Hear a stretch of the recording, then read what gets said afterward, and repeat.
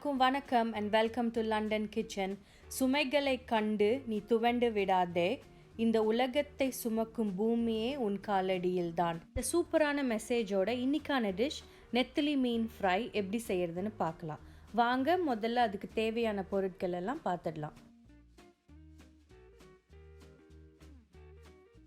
முதல்ல இந்த டிஷ்க்கு நான் 1 tablespoon all purpose flour எடுத்திருக்கேன், 1 முட்டை, அதுக்கப்புறமா 2 tablespoon ginger garlic paste, 2 tablespoon chilli powder எடுத்திருக்கேன், 1/2 டீஸ்பூன் டர்மரிக் பவுடர், அதுக்கப்புறமா 1 டேபிள் ஸ்பூன் கார்ன்ஃப்ளவர் எடுத்திருக்கேன். இந்த டிஷ்ஷோட மெயின் ஐட்டம் நெத்திலி மீன் எடுத்திருக்கேன், அது நான் 500 கிராம்ஸ் வச்சுருக்கேன். இது நான் நல்லா க்ளீன் பண்ணி வாஷ் பண்ணி எடுத்திருக்கேன். உப்பு நம்ம தேவையான அளவுக்கு யூஸ் பண்ணிக்கலாம்.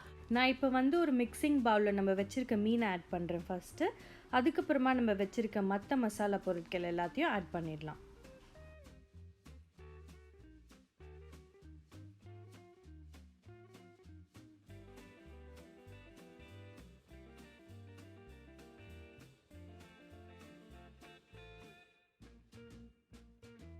இப்போ பார்த்தீங்கன்னா நான் முட்டையை ஃபுல்லாக ஆட் பண்ண போகிறதில்ல, அதோட ஒயிட் மட்டும்தான் ஆட் பண்ண போகிறேன். எல்லாத்தையும் சேர்த்ததுக்கப்புறமா இப்போ நம்ம இதை நல்லா மிக்ஸ் பண்ணி எடுத்துக்கலாம். மிக்ஸ் பண்ணதுக்கப்புறமா இதை ஒரு 1/2 an hour நம்ம ஊற வச்சுக்க போகிறோம். 1/2 மணி நேரம் ஆயிடுச்சு, நம்ம இதை நல்லா ஊற வச்சு எடுத்துக்கிட்டாச்சு. இப்போ நம்ம மீன் எல்லாத்தையும் பொரிச்சு எடுத்துடலாம். கடாயில் நம்மளுக்கு தேவையான அளவுக்கு எண்ணெய் ஊற்றிக்கலாம்.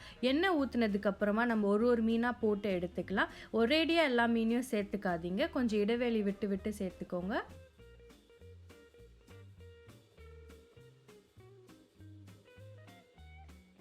மீன் நல்லா பொரிஞ்சு வரும். இது நம்ம லோ ஃப்ளேம்லேயே வச்சு குக் பண்ணிக்கலாம்.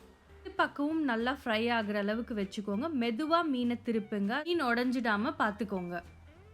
மீன் எல்லா பக்கமும் பொரிஞ்சாச்சு. இப்போ நம்ம இதை வெளியே எடுத்துடலாம். நம்ம பொரிச்ச எல்லா மீனையும் ஒரு பிளேட்டில் மாற்றி வச்சுட்டு பாருங்கள், நம்ம சூப்பரான நெத்திலி மீன் ஃப்ரை ரெடி ஆகிடுச்சு. நீங்களும் உங்கள் வீட்டில் இதை ட்ரை பண்ணி பாருங்கள்.